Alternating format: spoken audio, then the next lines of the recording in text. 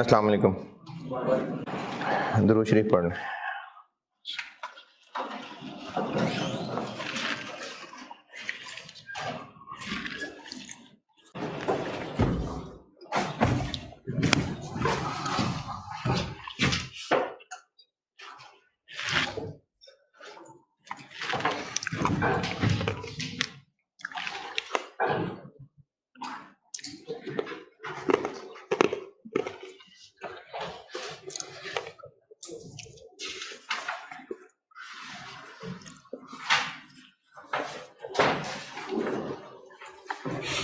अच्छा, हो सकता है आप में से काफ़ी सारे लोगों को ये आता हो काम, फिर भी तसल्ली के लिए मुझे सब लोगों को इंश्योर करने के लिए क्या आता है, डिस्काउंटिंग की रिवीजन करा रहा हूँ, प्रेजेंट वैल्यू निकालना। क्योंकि अभी जो लॉन्ग टर्म डिसीजन मेकिंग में मेथड्स करने हैं, फिर वैल्यूएशन में ये काम आएगा और चैप्टर्स में भी काम आएगा, तो बीएफडी में डिस्काउंटिंग होनी है बहुत ज़्यादा। तो इसलिए जिनको तो ये सारा काम बिल्कुल अच्छी तरह आता है, चलो कोई नहीं, दोबारा सुन लें, और जिनको भूल भाल गया है तो वो अब बता रहा हूँ।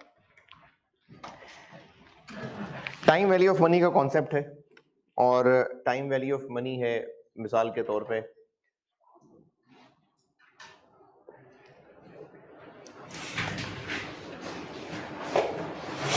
कि आज और आज से 4 साल बाद पैसे की वर्थ बदल जाएगी।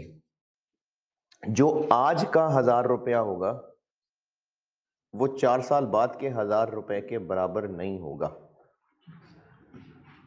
इसको इस सेंस में भी कह सकते हैं कि अगर आज कस्टमर से 1000 मिलना है, अच्छा हम फाइनेंस में पैसों की टर्म्स में एक बात कर रहा हूं, अगर आज कस्टमर से 1000 मिलना है और वो कहता है मैं 1000 4 साल बाद दे दूंगा, तो फिर आज का 1000 4 साल बाद के 1000 के बराबर नहीं होगा। एक जैसी बात नहीं है।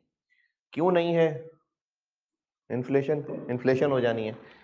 इसके टाइम वैल्यू ऑफ मनी क्यों मौजूद है, इसकी रीजंस में से एक सबसे बड़ी रीजन इन्फ्लेशन है।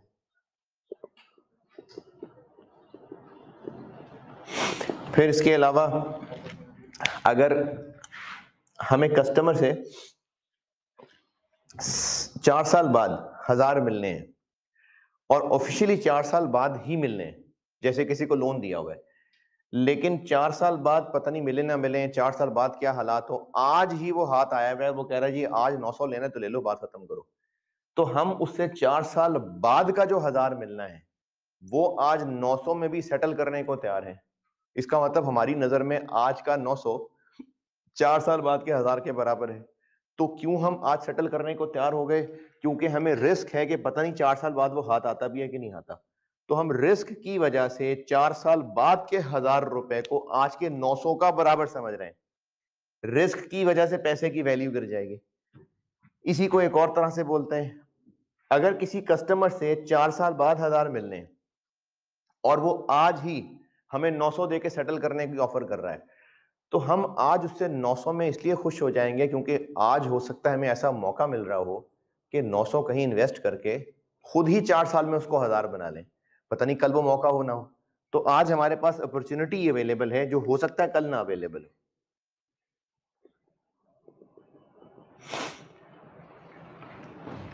इन वजहों से पैसे की वैल्यू टाइम के साथ बदल जाती है। अब अगर टाइम के साथ पैसे की वैल्यू बदल जाती है और कल का 1000 आज के 1000 के बराबर नहीं है, तो फिर कल का 1000 आज के कितने के बराबर है?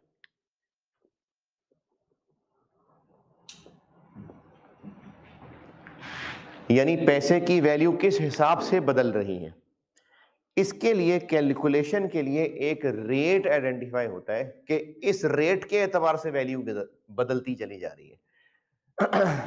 उस रेट के जरिए कल के इस 1000 की इक्विवेलेंट आज वैल्यू फाइंड करने को डिस्काउंटिंग कहेंगे। और इसी का अपोजिट, अगर आज का 1000 कल के कितने के बराबर है, आज की कल क्या वर्थ होगी, वहां तक पहुंचना कंपाउंडिंग है। अब इसके लिए फार्मूले हैं बुजुर्गों ने बनाए हुए। इस डिस्काउंटिंग के लिए मैं आपको फार्मूले बताता जाता हूं, उसकी प्रैक्टिस करते जाते हैं। एक तरीका है, एक तरीका नहीं, एक सिनेरियो है कि अगर हमने एक फिगर की डिस्काउंटिंग करनी हो, उसको मैं सिंगल अमाउंट डिस्काउंटिंग कह देता हूं।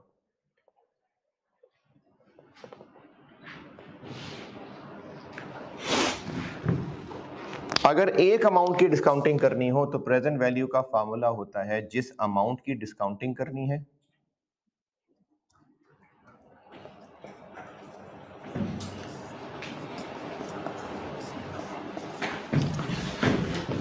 और इसको इस शक्ल में भी लिख सकता हूं, जिस अमाउंट की डिस्काउंटिंग करनी है इनटू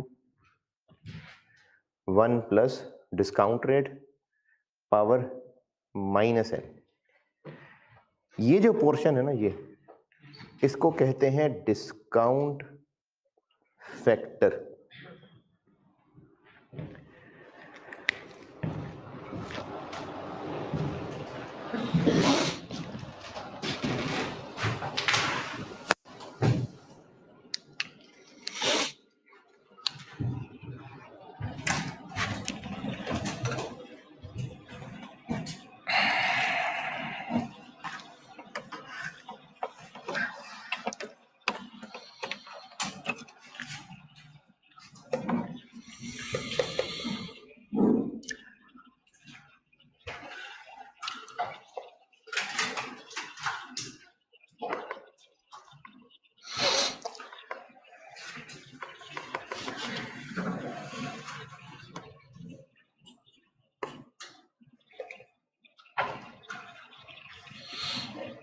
अगर नोट कर रहे हैं तो वहां तक नोटेड।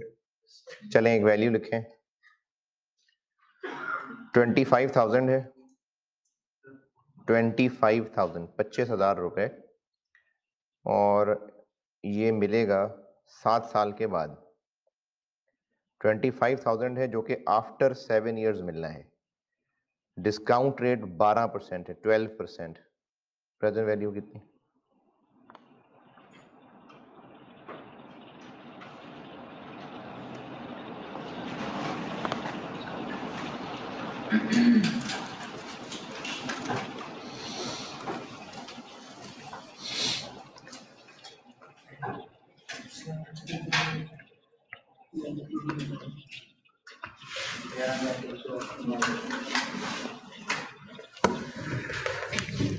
जी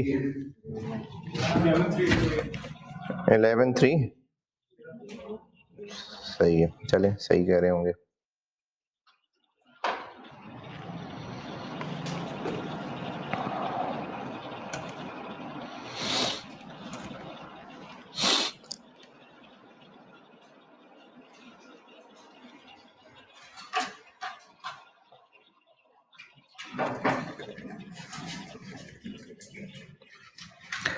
ठीक है, क्या बोला मैंने? 25,000 7 साल और रेट जी 11,309।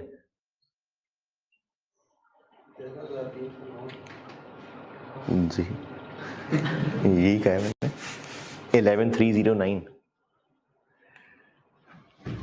ये हो गई सिंगल अमाउंट डिस्काउंटिंग।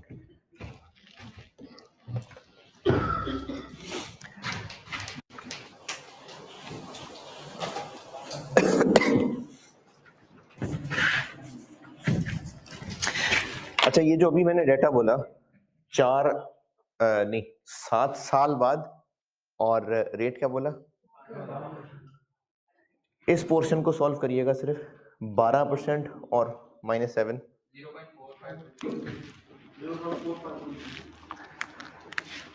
0.4523। चलिए 452 काफी है। ये कहेगा, ये कहलाता है डिस्काउंट फैक्टर। तो हमने प्रेजेंट वैल्यू निकालनी है, तो जिस अमाउंट को डिस्काउंट करना है उसका जो भी रिस्पेक्टिव डिस्काउंट फैक्टर है उसे मल्टीप्लाई कर दिया, तो ये आ गया 11,309। तो जिस वैल्यू को डिस्काउंट करना है उसका रिस्पेक्टिव डिस्काउंट फैक्टर जो कि ये है एन्युटी डिस्काउंटिंग।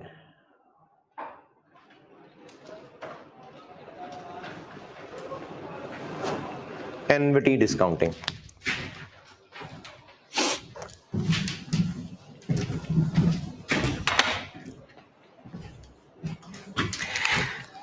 एनविटी का मतलब होता है सीरीज, एक एक एक फिक्स्ड अमाउंट है और वो एक सीरीज में रेगुलरली पीरियोडिकली मिल रही है।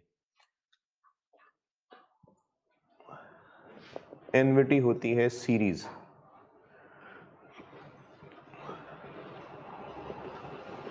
ऑफ इक्वल रेगुलर या पीरियोडिक कैश फ्लोज।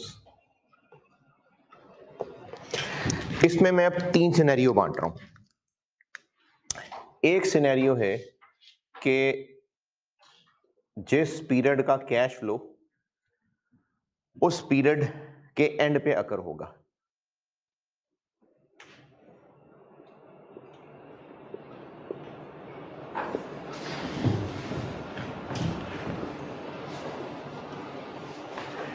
जिस पीरियड का कैश फ्लो उस पीरियड के एंड पे अकर होगा।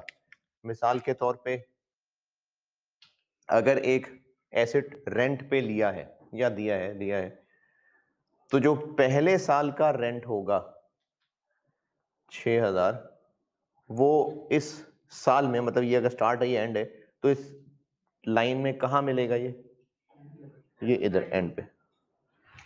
और जो दूसरे साल वाला 6000 होगा वो इधर दूसरे साल के एंड पे मिलेगा। और जो तीसरे साल वाला 6000 होगा वो इधर तीसरे साल के एंड पे मिलेगा। और जो चौथे साल वाला वो इधर एंड पे मिलेगा। ये है एनविटी, क्योंकि पीरियोडिक कैश फ्लोज हैं और जिस पीरियड का कैश फ्लो है उस पीरियड के एंड पे अराइज होगा। यानी अगर ये टाइमलाइन है तो पहला साल एंड होगा 31 दिसंबर, पहला साल तो 6000 मिलेगा, 31 दिसंबर दूसरा साल तो 6000 मिलेगा, 31 दिसंबर तीसरा साल, 31 दिसंबर चौथा साल। अब अगर हमने इन सब कैश फ्लोज की टोटल प्रेजेंट वैल्यू निकालनी है आज, प्रेजेंट आज, तो एक तरीका तो ये है कि इन चारों को एक एक करके डिस्काउंट कर लें। इसको एक साल पावर के साथ डिस्काउंट, इसको पावर 2 डिस्काउंट, इसको पावर 3, इसको पावर 4। लेकिन एक फार्मूला है जिसमें ये चारों के चारों की टोटल प्रेजेंट वैल्यू निकल आएगी। वो फार्मूला है, इनमें से चूंकि सब बराबर हैं तो एक कैश फ्लो, उसको आर कह लेते हैं, rental, 1 minus 1 plus discount rate power minus n और ये डिस्काउंट रेट।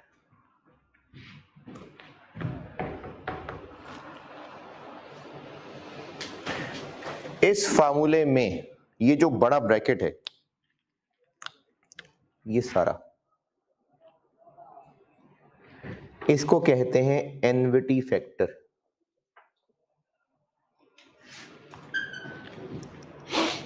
एनविटी फैक्टर कहते हैं इसको।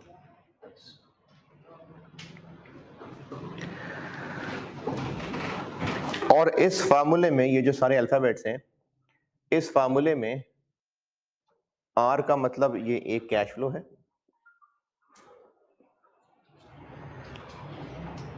एन मैं इस एन को जो डिफाइन करता हूं वो है नंबर ऑफ कैश फ्लोज जिनको डिस्काउंट करना है,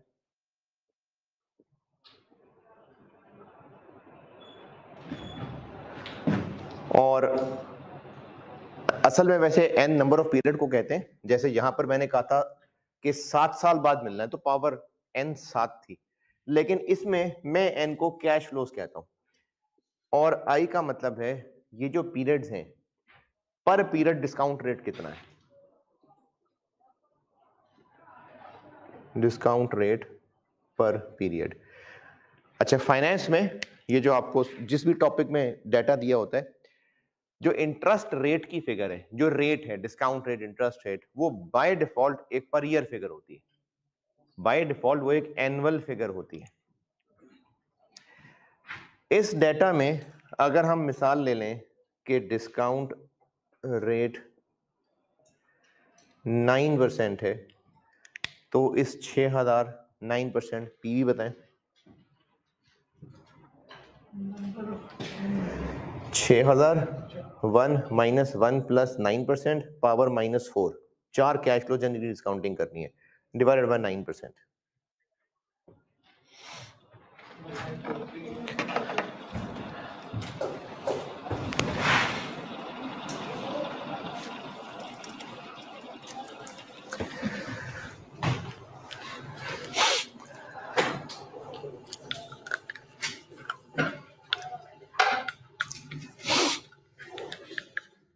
हाँ जी, 9% पे 6,000 4 इंस्टॉलमेंट्स हैं। Present value 19438।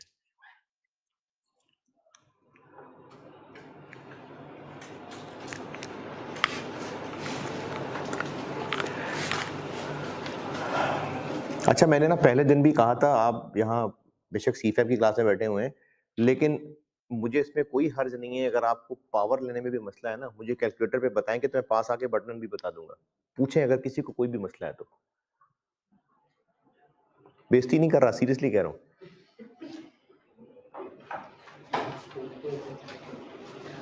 हाँ जी, 19438।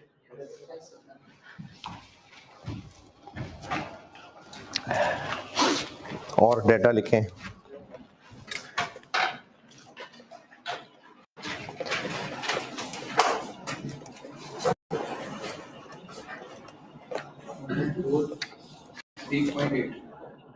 नहीं, 438।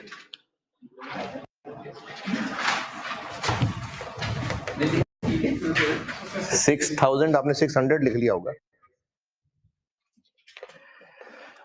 अच्छा, एक और कैलकुलेशन करें।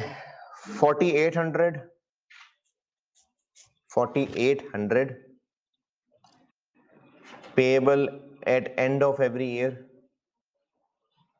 फॉर 5 साल, और डिस्काउंट रेट 12%, 12%।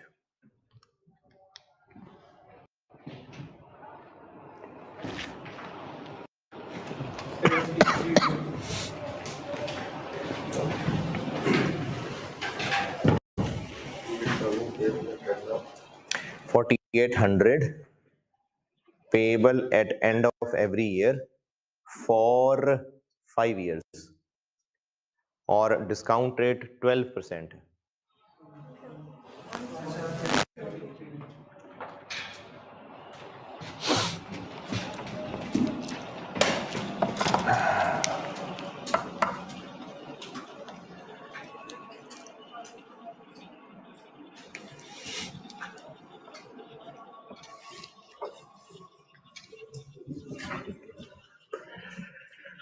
जी 17303 सारे।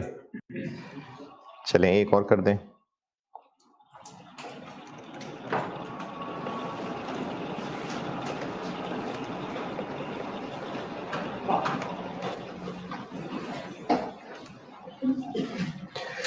$3,500 $3,500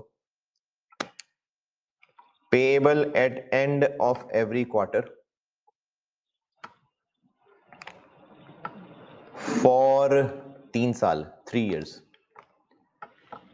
और डिस्काउंट रेट 16%, 16%। पता नहीं।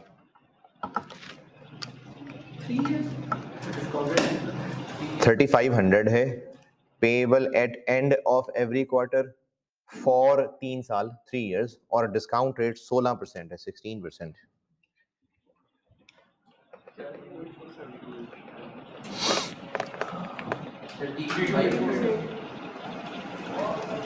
सर ये रिपीट करते हैं।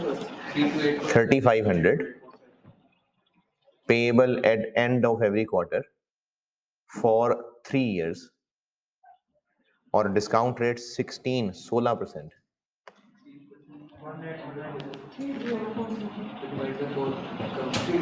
32848।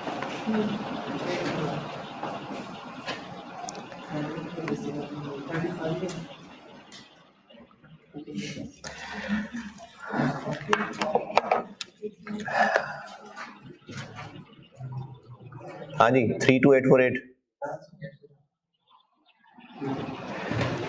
रेट मैंने भी कुछ देर पहले कहा था कि रेट जो है वो बाय डिफॉल्ट पर एनम होता है। तो हम इस वक्त जो टाइम पीरियड ले रहे हैं वो क्वार्टर है, तो साल का 16% है, तो क्वार्टर का 4% हो गया। तो 3,500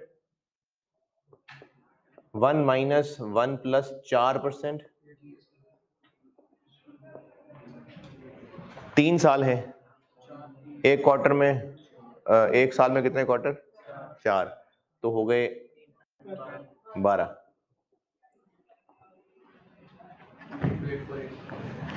3 2 8 0 8 4 8। क्या गलती कर रहे थे?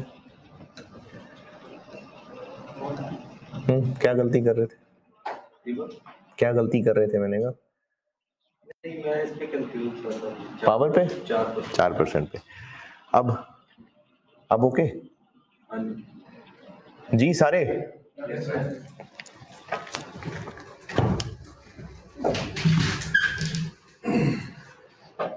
अच्छा, इस पोर्शन को सॉल्व करिएगा।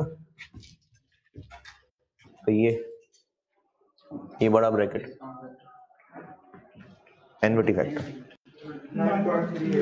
9 पॉइंट, तो 3500 यानी एक कैश फ्लो इनटू ये सारा एनविटी फैक्टर, इस सारे को एनविटी फैक्टर कहते हैं। तो 3500 इनटू एनविटी फैक्टर 9.385। तो अगर प्रेजेंट वैल्यू निकालनी हो एक कैश फ्लो की, तो जिस कैश फ्लो को डिस्काउंट करना है इनटू डिस्काउंट, और अगर सीरीज है एनविटी तो एक कैश फ्लो इनटू एनविटी फैक्टर।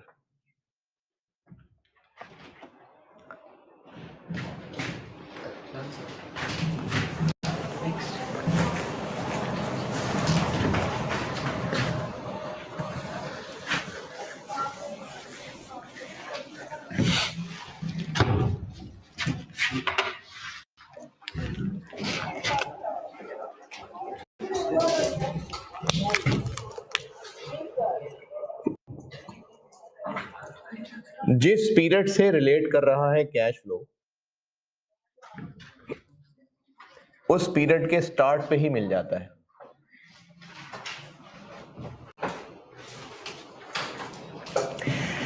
जिस पीरियड का कैश फ्लो उसके स्टार्ट पे मिल जाता है।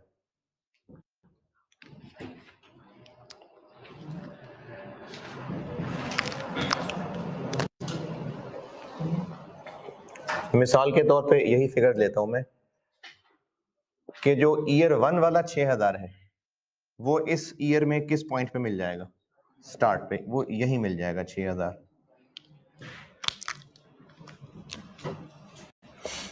जो ईयर 2 वाला 6000 है वो ईयर 2 के शुरू में यहीं पर मिल जाएगा।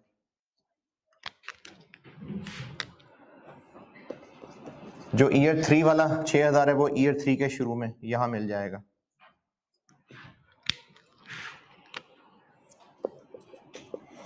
और ईयर 4 वाला 6000 ईयर 4 के शुरू में यहां।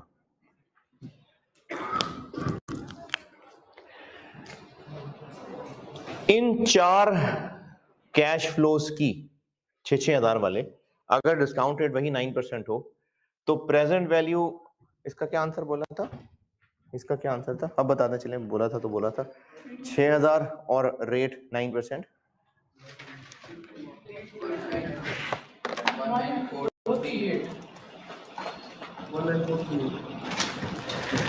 इसका आंसर था 19438।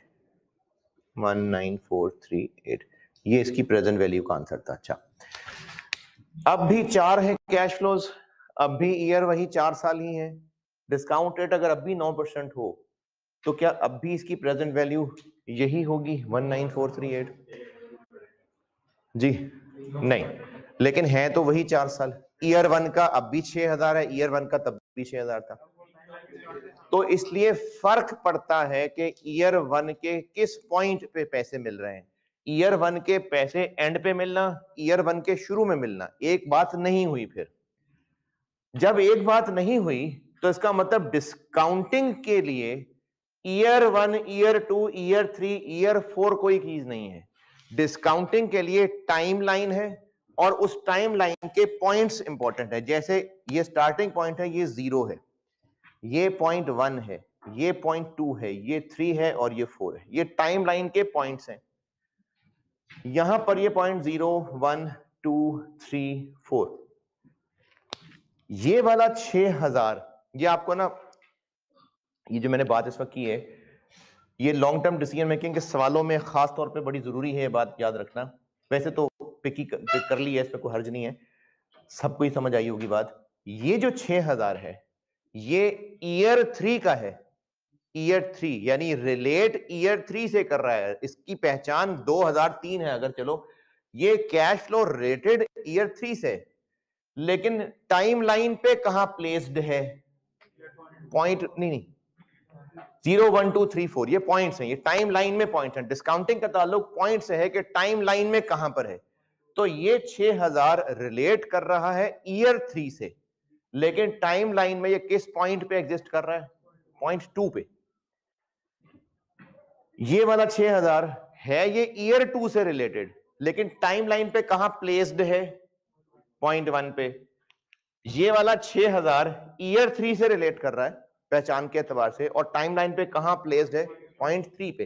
तो डिस्काउंटिंग का ताल्लुक ईयर 1 2 3 से नहीं है, टाइम 0 1 2 3 पॉइंट से है। तो अब चूंकि ये 6000 ऑलरेडी पॉइंट 0 पे मौजूद है, तो इसकी डिस्काउंटिंग की जरूरत नहीं है, इसकी यही है प्रेजेंट वैल्यू। जबकि बाकी डिस्काउंट वाले कितने रह गए, 3, तो इसकी प्रेजेंट वैल्यू इतनी ही होगी, और बाकी 3 हैं तो इनके लिए वही फार्मूला लग जाएगा। तो इस केस में प्रेजेंट वैल्यू का फार्मूला एक cash flow as it is plus बाकियों के लिए, बाकी 3 के लिए वही फार्मूला।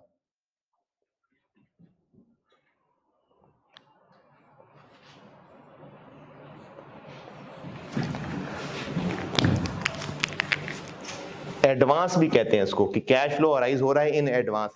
तो एडवांस के लिए अगर डिस्काउंटिंग करनी हो तो जो पहला वाला कैश फ्लो है, चूंकि वो अभी मिल रहा है, तो उसकी प्रेजेंट वैल्यू भी यही है, ये एज इट इज आ गया, और बाकी 3 रह गए डिस्काउंट करने वाले, पावर 3 हो गई, क्योंकि डिस्काउंट 3 को करना है हमने। तो अब ये पावर 3 के साथ वही फार्मूला लग जाएगा। इस सवाल का क्या आंसर बना, अगर डिस्काउंट रेट 9% हुआ, नहीं मैंने तो एन कहा ही उन कैश फ्लोज को है जिनकी डिस्काउंटिंग करनी है। तो कितने कैश फ्लोज की डिस्काउंटिंग करनी है, 3 की, तो पावर 3। जी क्या आंसर बना इसका, 21188।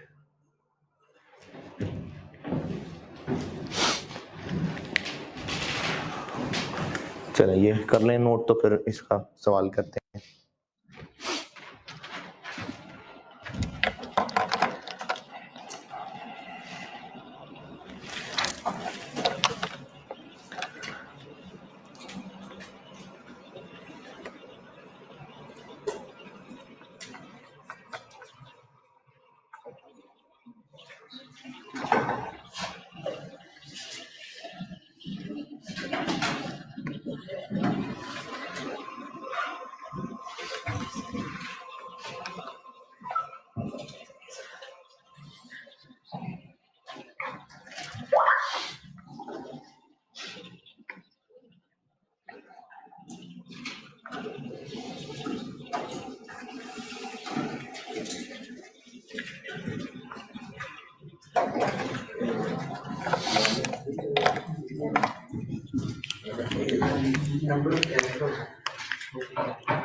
जिन कैश फ्लोज की हमने डिस्काउंटिंग करनी है, तो वो 3 है जिनकी डिस्काउंटिंग करनी है।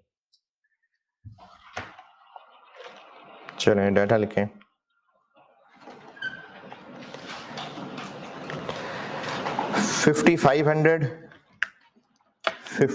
पचपन सौ payable at start of every 6 months, 5,500 5500 payable at start of every 6 महीने फॉर 5 years, और डिस्काउंट रेट 12%।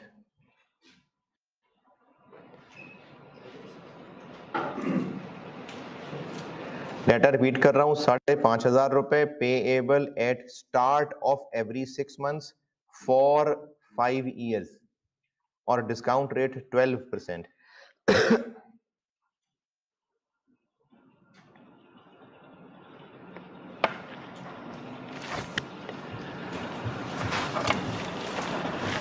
4,878.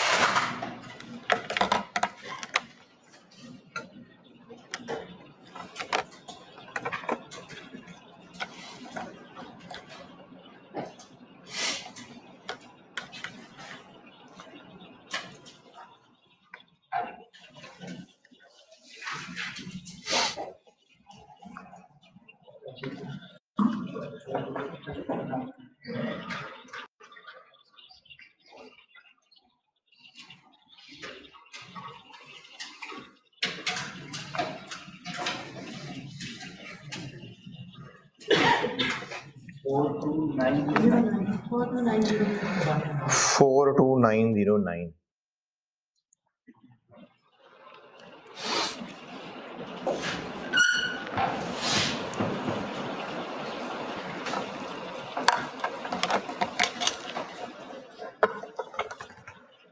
हाँ जी, 42909 नहीं,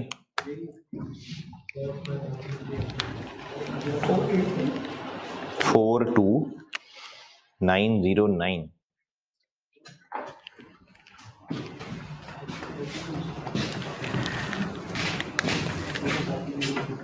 एक 5500 ऐसे ही प्लस 5500 1 माइनस रेट साल का होता है। तो अगर मैंने बताया है कितना 12% तो 6 महीने का हो गया 6%।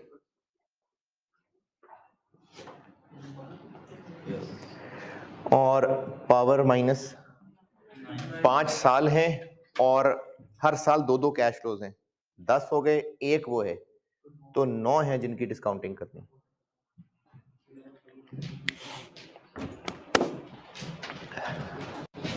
Four two 909।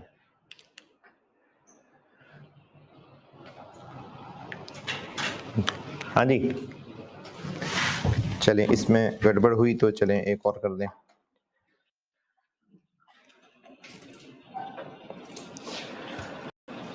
$4,000 at start of every month,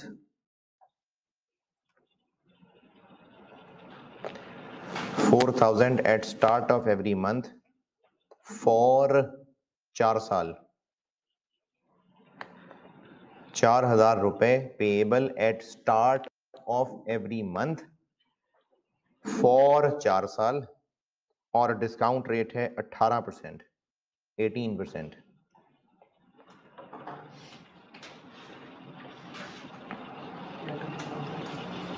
%18।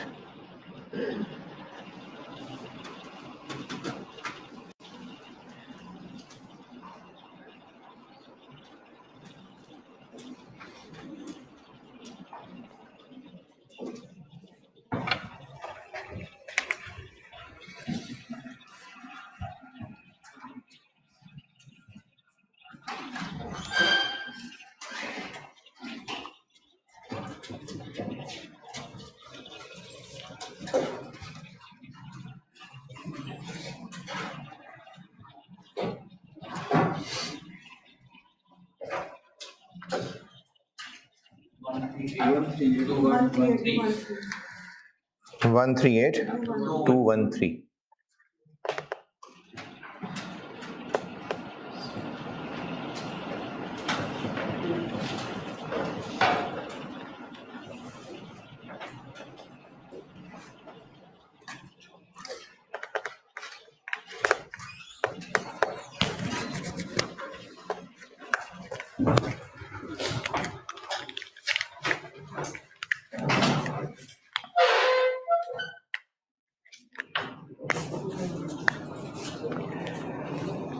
Ji done सबसे।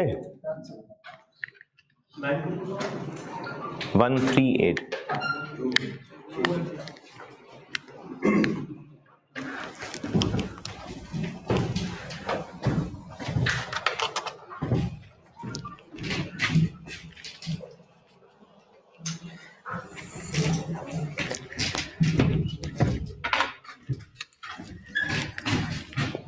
क्या कैश फ्लो है?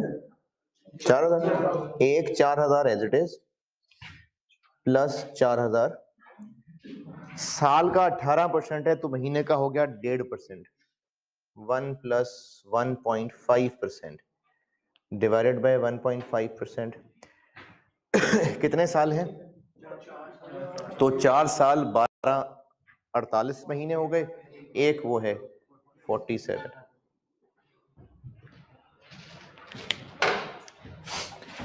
तो 138213।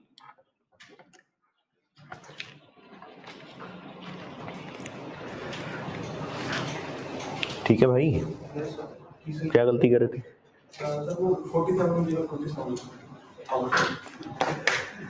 अच्छा, इन दोनों में कॉमन बात यह है कि अगर ये मैं एक इन्वेस्टमेंट की बात करूं कि एक प्रोजेक्ट में इन्वेस्ट करेंगे और वो प्रोजेक्ट कैश फ्लो जनरेट करना शुरू करेगा, तो इन दोनों में कॉमन बात यह है कि प्रोजेक्ट पहले ही साल से कैश जनरेट करना शुरू कर देगा।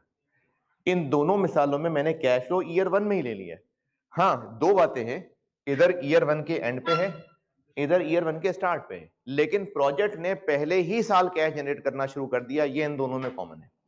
इसको बोरिंग कहना है, बोरिंग कह लें कि एसेट लीज पे लिया है और पहले ही साल से हमने रेंट पे करना शुरू कर दिया। तो इन दोनों में कैश पहले साल से ही अराइज होने लग गया।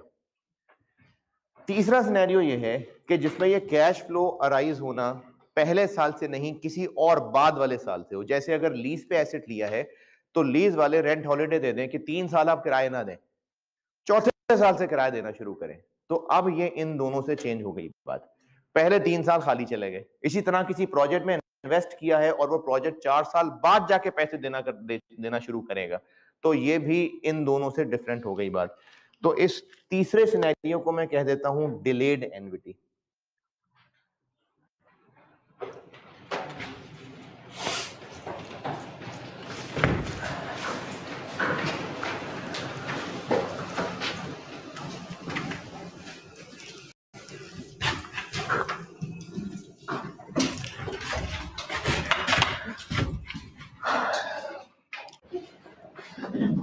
डिलेड एन्युटी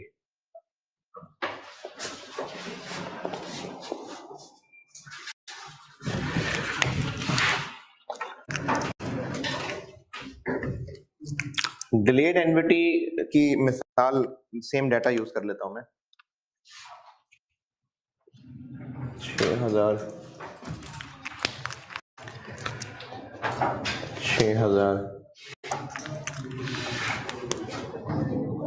6000 और 6000।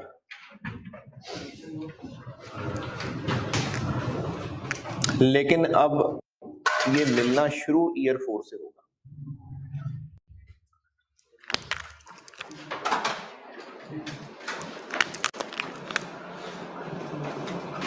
पहले 3 साल कुछ नहीं मिलेगा। ये लाल वाला 6000 किस पॉइंट ऑफ टाइम पे प्लेस्ड है टाइम लाइन में? हाँ जी,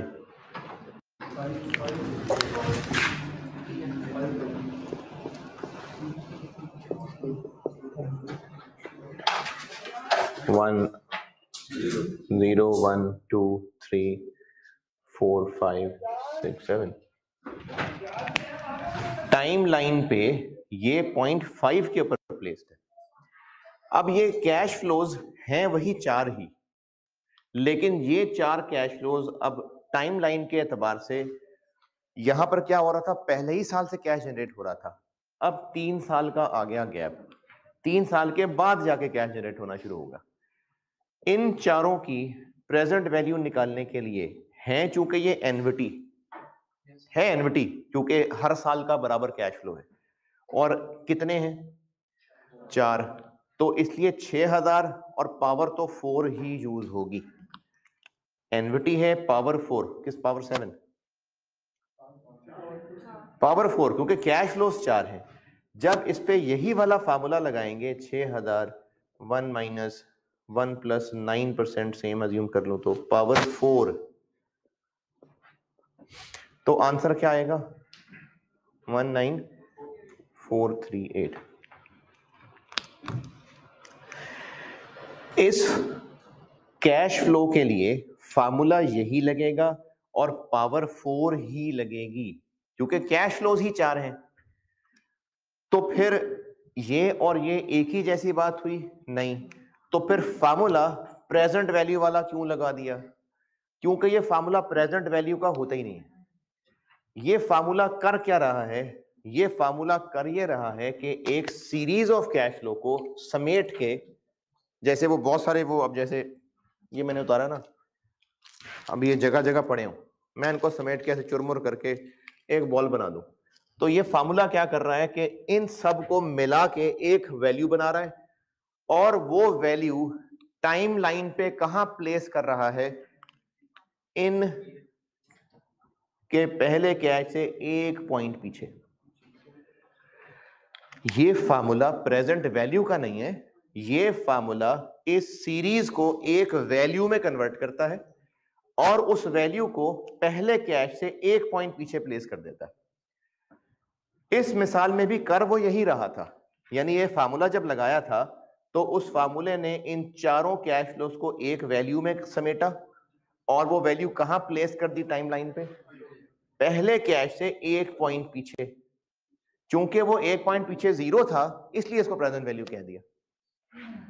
यहां पर आंसर यही आया है 19438, लेकिन इस फार्मूले का आंसर यानी इन चारों को एक वैल्यू में लाना इस टाइम लाइन पे कहां प्लेस हो गया?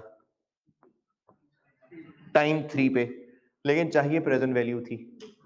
तो अब ये 19438 एक वैल्यू बन गई या 19438 19438 19438? तो एक वैल्यू, तो इस एक वैल्यू पे सिंगल अमाउंट डिस्काउंटिंग लगाएं और इसको पावर 3 डिस्काउंट करके यहां तक ले आए। ये एक ही फ्लाइट से यहां तक पहुंच गया, ये पहले फ्लाइट से यहां तक पहुंचेगा, फिर बस में बैठ के वहां तक पहुंचेगा। तो इस सीरीज में डिस्काउंटिंग करने के लिए 2 दफा डिस्काउंटिंग करनी पड़ी। पहले एनविटी डिस्काउंटिंग, जिसका आंसर पहले कैश से एक पॉइंट पीछे पहुंचेगा, और फिर इसको सिंगल अमाउंट 0 तक लाना पड़ेगा पावर 3 के साथ। अब इस 19438 1 प्लस 9% पावर -3 15009, ये होगी असली प्रेजेंट वैल्यू इस सीरीज की।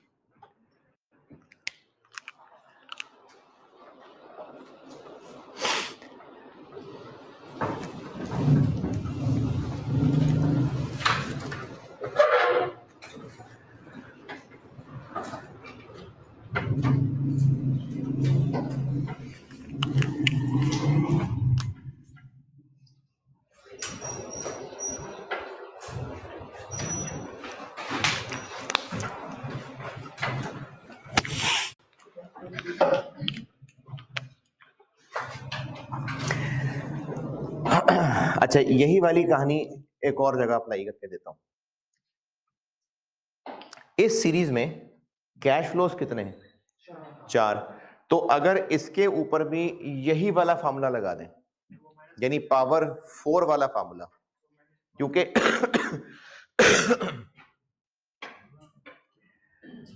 अगर इस पे भी वही पावर 4 वाला फार्मूला लगा दूं, क्योंकि कैश फ्लोस 4 हैं, तो ये फार्मूला क्या करेगा? नहीं लगा सकते, कोई मसला नहीं। तो ये फार्मूला क्या करेगा? इन सारे कैश फ्लोस को एक वैल्यू में लपेटेगा और वो वैल्यू पहले कैश से एक पॉइंट पीछे फेंक देगा।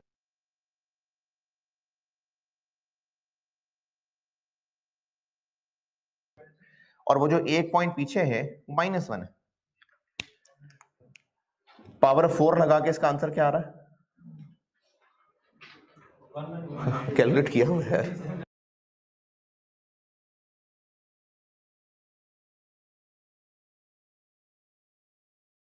19438। ये 19438 किस पॉइंट ऑफ टाइम पे प्लेस्ड है? लेकिन हमें तो प्रेजेंट वैल्यू चाहिए, तो इसको एक पॉइंट आगे ले जाए, इसको एक साल कंपाउंड कर लें, इस 19438 को एक साल 9% पे आगे बढ़ा लें।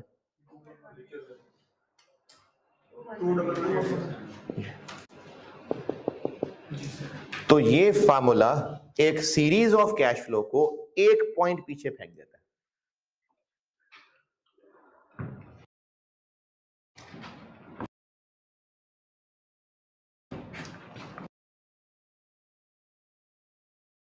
ये सारी एनविटी डिस्काउंटिंग है।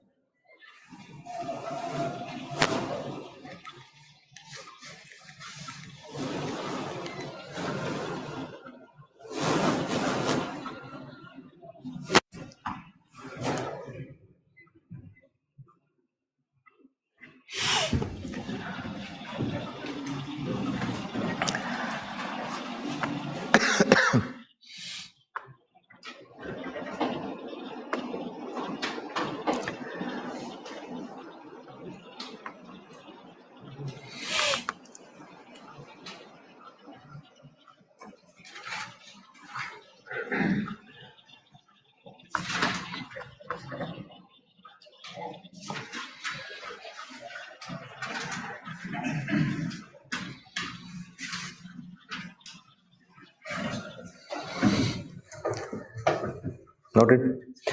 सवाल लिखें।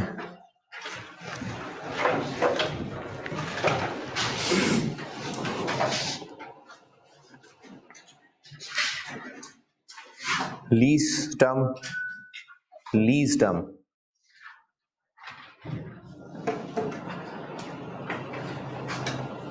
10 years,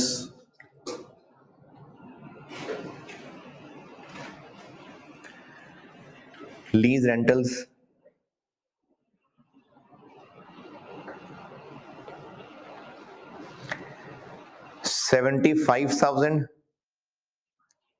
75,000 payable at end of every year for first 6 years,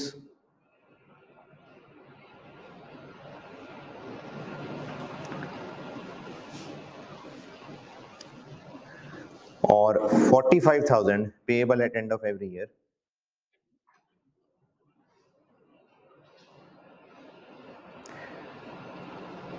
for last 4 years। पहले 6 साल रेंट 75,000 है payable eight end of every year, और पहले 6 साल, और आखिरी 4 साल 45,000 payable eight end of every year है। और इम्प्लिसिट डिस्काउंट रेट है 11%।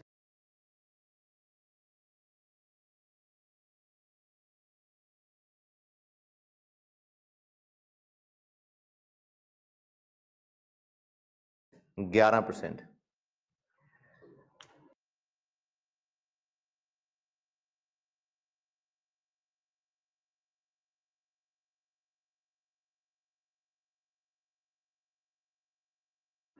Present value of lease payments बताएं। 5 years के लिए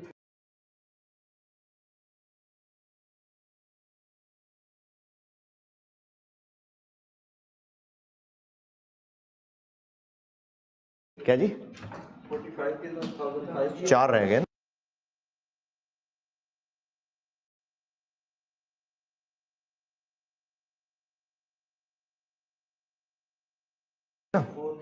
पहले 6 साल 75,000 है और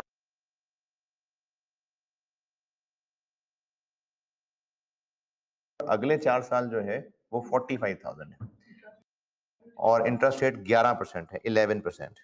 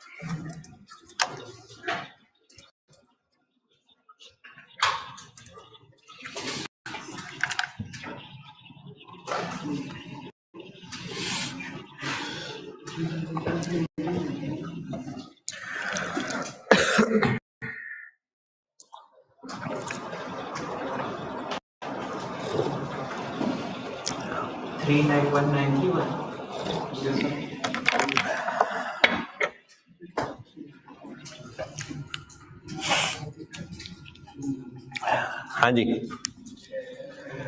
391 सही है।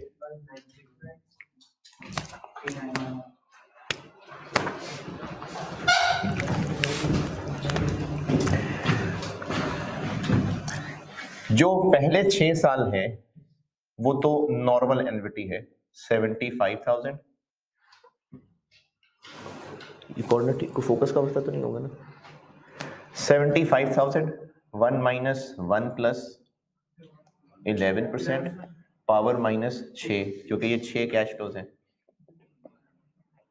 इनका आंसर क्या बन गया अगर अलग अलग निकाला तो 317 290। और जो 45,000 है तो ये 4 कैश फ्लोज, पावर तो 4 आएगी। लेकिन ये जो 4 कैश फ्लोज है ना ये ईयर 7, 8, 9, 10 है।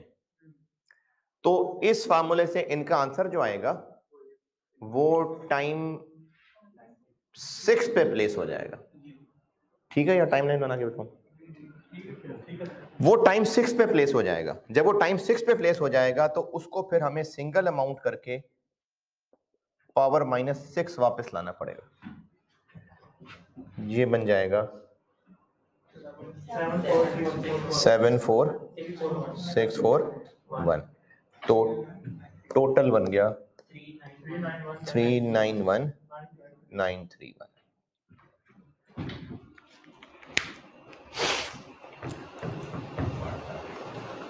जी सबसे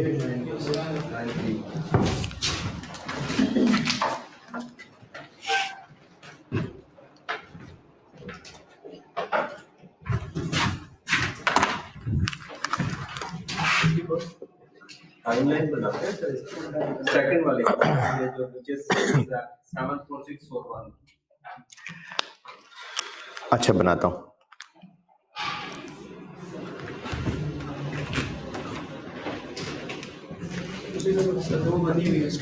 नहीं मैंने उसको यूज करना है ना।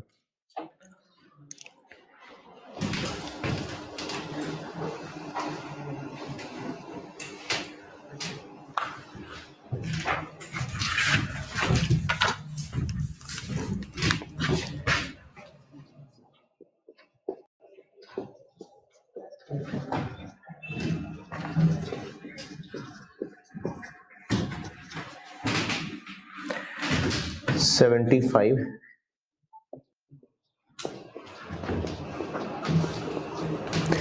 और 45। जब आप इसके ऊपर फार्मूला लगाएंगे तो उसका आंसर एक पॉइंट पीछे यानी यहां आ जाएगा, तो उसको फिर पावर 6 सिंगल अमाउंट डिस्काउंट करना पड़ेगा।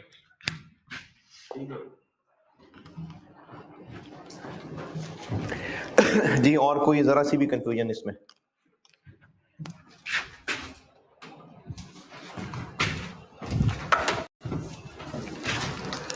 परपेचुटी,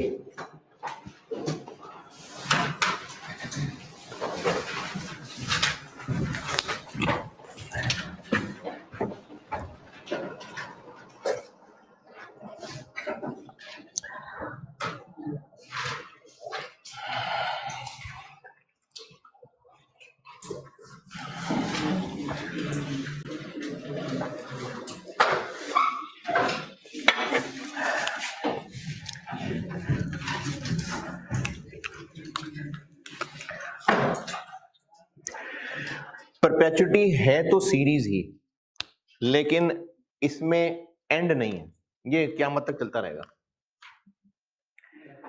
है ये एनविटी ही, लेकिन इसका टाइम पीरियड इनडेफिनेट है, यानी एन पता नहीं।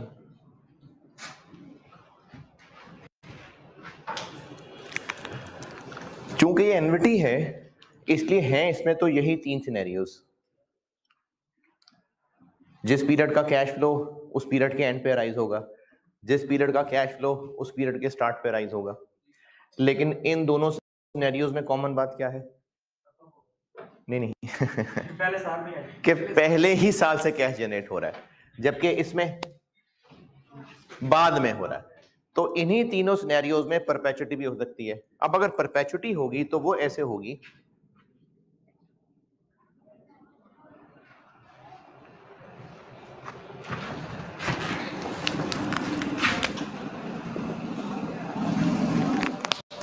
$6,000 पहले ही साल के एंड पे, हर साल के एंड पे, और बस होता ही जाएगा। चूंकि एनविटी है तो फार्मूला तो यही रहेगा, लेकिन इस फार्मूले में एन इन्फिनिटी हो जाएगा, और जब पावर एन इन्फिनिटी आ जाएगी, पावर माइनस इनडेफिनेट है, यानी एन पता नहीं।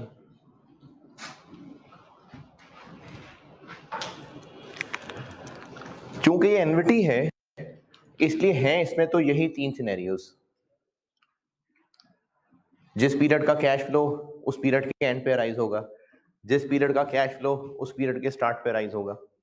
लेकिन इन दोनों सिनेरियोज में कॉमन बात क्या है? नहीं पहले साल में है कि पहले ही साल से कैश जनरेट हो रहा है, जबकि इसमें बाद में हो रहा है। तो इन्हीं तीनों सिनेरियोज में परपेचुटी भी हो सकती है। अब अगर परपेचुटी होगी तो वो ऐसे होगी,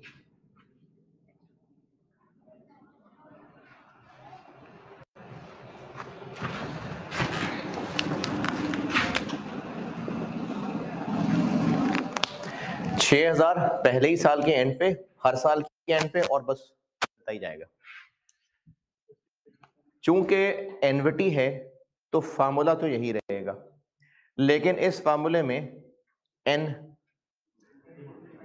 इन्फिनिटी हो जाएगा, और जब पावर एन इन्फिनिटी आ जाएगी, पावर माइनस इन्फिनिटी आ जाएगी, तो ये सारा कुछ जीरो हो जाएगा। ये और पीछे फार्मूला रह जाएगा R इंटू 1/i।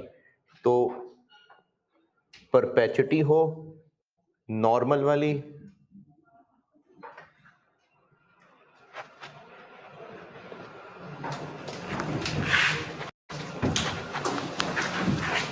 तो प्रेजेंट वैल्यू का formula R into 1/i।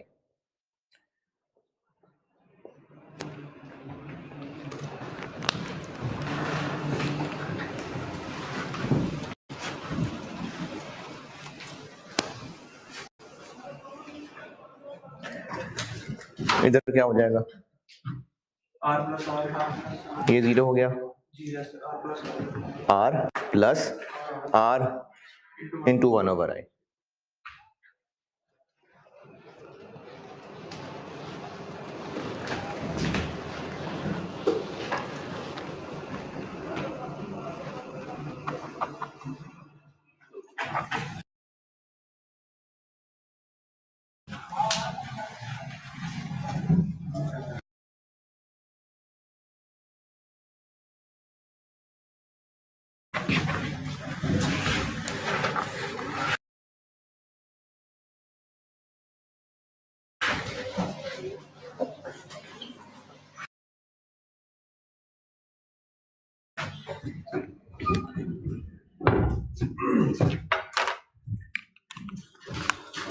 R एक एज इट इज और बाकियों के लिए आर इंटू 1/i। ये वाला आर ऐसे ही और बाकी यही वाली बात। और अगर परपेचुटी हो लेकिन डिलेड हो,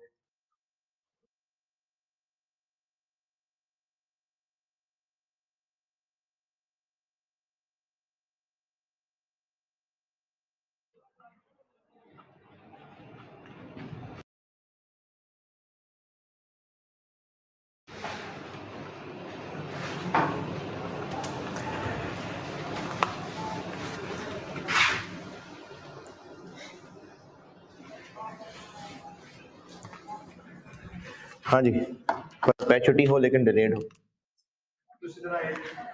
तो पहले ये जो सीरीज चल पड़ी इसके लिए R1/i ये आंसर आएगा और उसको फिर वापस single amount discounting.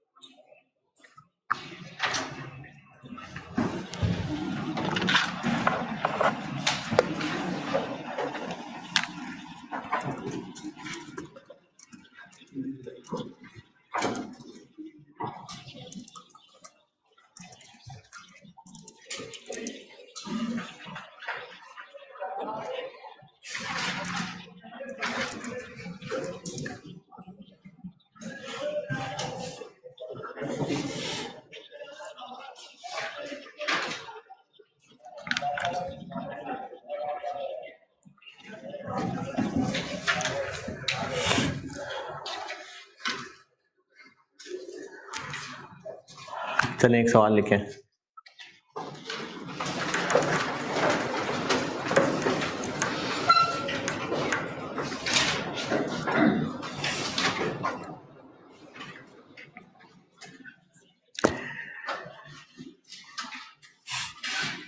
A project will generate following cash flows.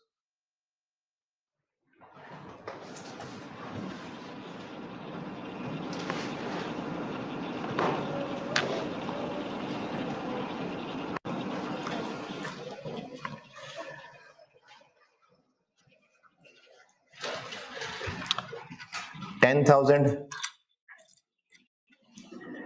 immediately, 10,000 immediately,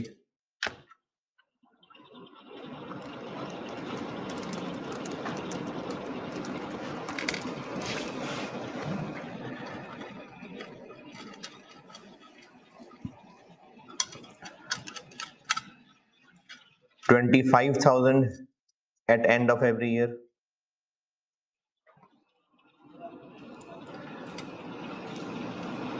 From year 4 to year 8.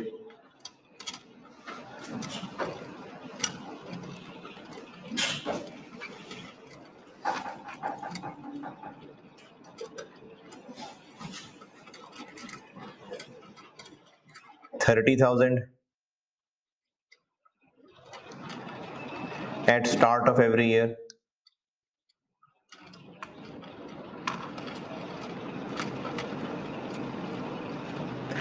From year 10 to year 12.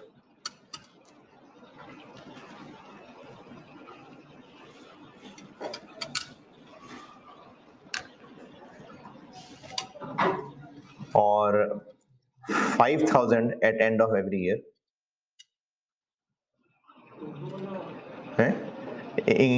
Urdu वाला और 5,000 at end of every year from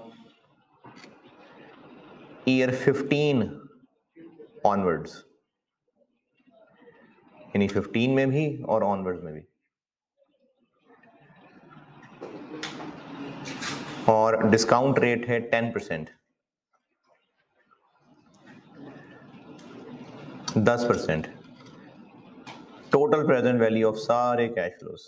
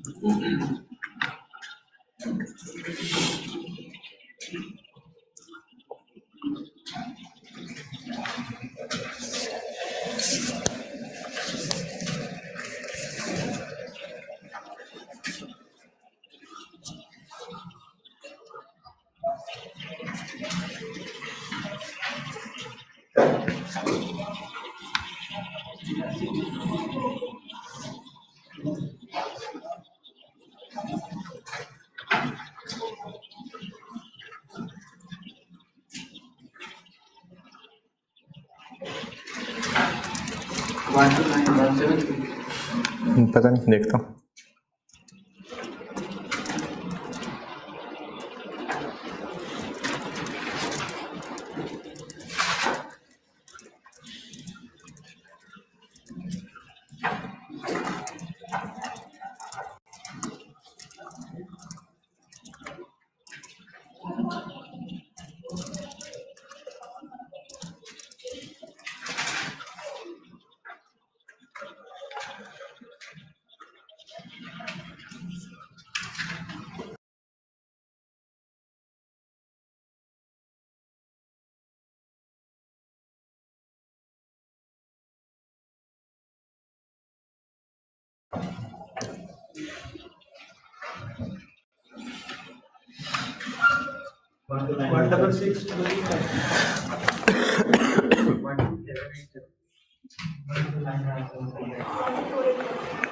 इतनी सारी वैरायटियां।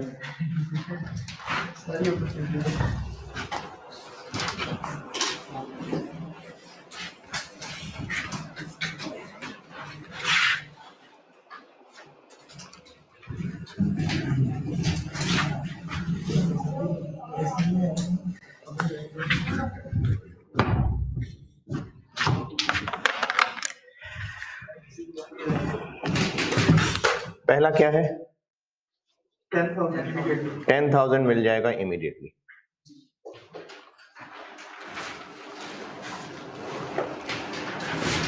फिर उसके बाद ये टाइम जीरो पे, T0 टाइम जीरो। फिर उसके बाद जो कैश फ्लो मिलना है 25,000 at end of every year, वो मिलना है ईयर 4 से लेके ईयर 8 तक। 4, 5, 6, 7, 8, 5 साल वो मिलना है T4 से लेके T8 तक। 25,000 मिलना है, क्योंकि 5 कैश फ्लोज हैं तो पावर आ जाएगी 5। 1 प्लस 10% 5। लेकिन इसका जो आंसर आएगा वो ये कैश फ्लो 4 से मिलना शुरू होने हैं, तो एक पॉइंट पीछे टाइम 3 के ऊपर आंसर आएगा। तो उसको फिर हमें 1 साल डिस्काउंट कर 3 साल डिस्काउंट करके 0 पे लाना पड़ेगा। 7120 2 या 1 टेक्निकल इशू है बहुत, बता दें, देख लें। 2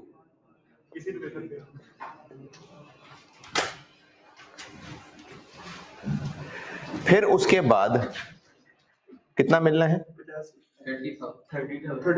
30,000। और ये मिलना है ईयर 10 से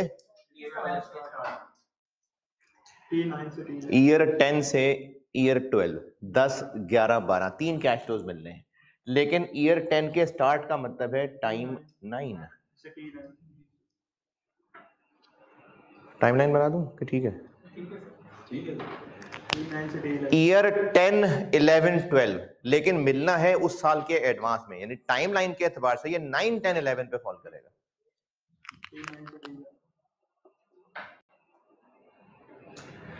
चूंकि 3 है तो पावर आ जाएगी 3।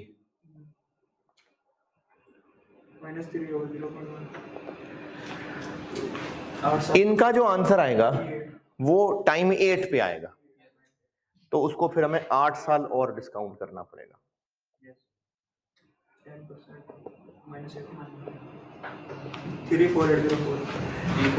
3480।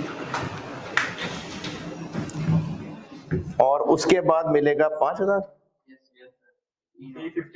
ईयर 15 ऑनवर्ड, यानी टाइम 15 ऑनवर्ड्स। तो इस पे लगेगी पहले तो परपेचुइटी डिस्काउंटिंग, जो कि होगी 1/10%। और ये मिलना है टाइम 15 पे, तो इसका जो आंसर आएगा वो 14 पे आ जाएगा। उसको फिर हमें 14 साल डिस्काउंट करना पड़ेगा।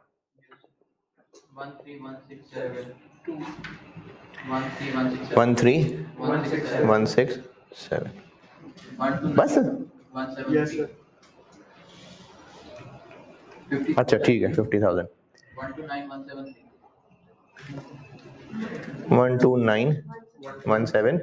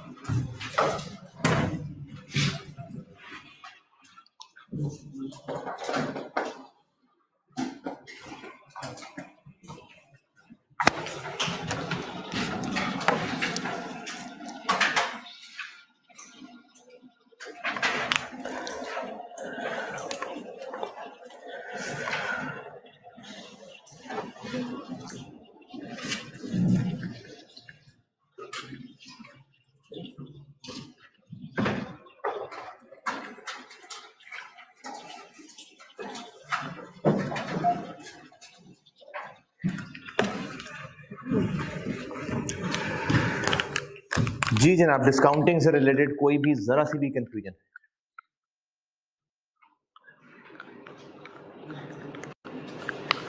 जी सर आपको बताएं। वो सही आपने इसमें एक लॉजिक बताया था, वो थोड़ा ये जब डिस्काउंट करते हैं किसी को भी एक साल पीछे आ उसको थोड़ा सा एक्सप्लेन करते हैं, किसी भी इसमें कंफ्यूजन नहीं हो।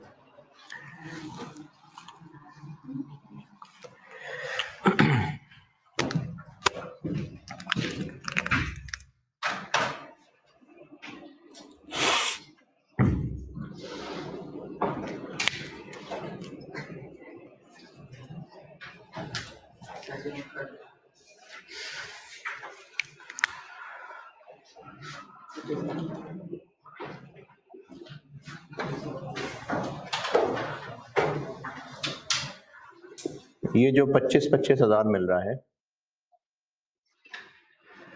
जब इस पे फार्मूला लगाएंगे और वो आंसर इससे 1 पॉइंट पीछे आ जाएगा, तो ये कह रहे हैं आप कि 1 पॉइंट पीछे क्यों आ रहा है?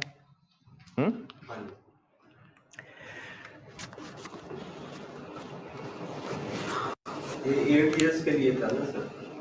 नहीं, ये जो सिनेरियो लिखवाया आपने कहा ये 8 इयर्स के लिए नहीं था। Every year end from year 4 to हाँ, तो मुझे ईयर 4 तक यानी कि ईयर 4 एंड के ऊपर 25,000 बिल्कुल ऐसा ही है। तो 5, 6, 7, 8 तक 4 से 5, 6, 7, 8 4 साल 5 हो गए ना, 5 कैश फ्लो बन गए ना। ये सामने लिखा हुआ है 4, 5, 6, 7, 8। ठीक है, 4 के स्टार्ट करें, ठीक है, पावर 5 हो गई। तो अब वो 1 पॉइंट पीछे क्यों आ रहा है, ये पूछ रहे हैं आप? प्रेजेंट वैल्यू पे आ जाएगा। अब नहीं, प्रेजेंट नहीं, ये प्रेजेंट नहीं है, इसको टर्मिनल वैल्यू कह सकते हैं। ये इस सीरीज को एक वैल्यू में कन्वर्ट कर रहा है, और वो वैल्यू है at start of the year 4 year. ये जो वैल्यू है ये ईयर 4 के स्टार्ट पे पहुंच गई, बिल्कुल ठीक है, यानी टाइम 3 पे पहुंच गई। देखिए हर जब भी एंड ऑफ 3 कह लें, यानी ये ईयर 4 का स्टार्ट वो भी 0.3 है और ईयर 3 का एंड वो भी 0.3 है। अब ये 1 पॉइंट पीछे क्यों आ रहा है? हर जब भी हम कोई प्रोसेस लगाते हैं ना, उस प्रोसेस की अपनी कोई इनहेरेंट लिमिटेशन है। जैसे एक मुझे मिसाल याद आई कि हमने अगर रस्सी या पाइप लपेटना है और बहुत सारा पाइप होता है, उसको लपेटने का तरीका होता है कि जो है वो ये ऐसे कोनी के साथ। अच्छा, अब ये एक प्रोसीजर हो रहा है पाइप लपेटने का। इस प्रोसीजर की एक इनहेरेंट कैरेक्टरिस्टिक ये है कि वो जो एक राउंड होगा वो इतना है, क्योंकि मैं लपेट ऐसे रहा हूं। अगर मैं उसको एक इतने बड़े उस पे जैसे वो रिंग है उसके ऊपर लपेटूंगा तो जो एक राउंड होगा वो इतना होगा। जब भी कोई भी प्रोसीजर लगाया जाता है उस प्रोसीजर के अपने इनहेरेंट, जैसे सीढ़ियों से उतरना है, अब जब सीढ़ियों से हम नीचे उतरेंगे तो एक एक स्टेप की कितनी ऊंचाई होगी, जितनी सीढ़ी की चौड़ाई है।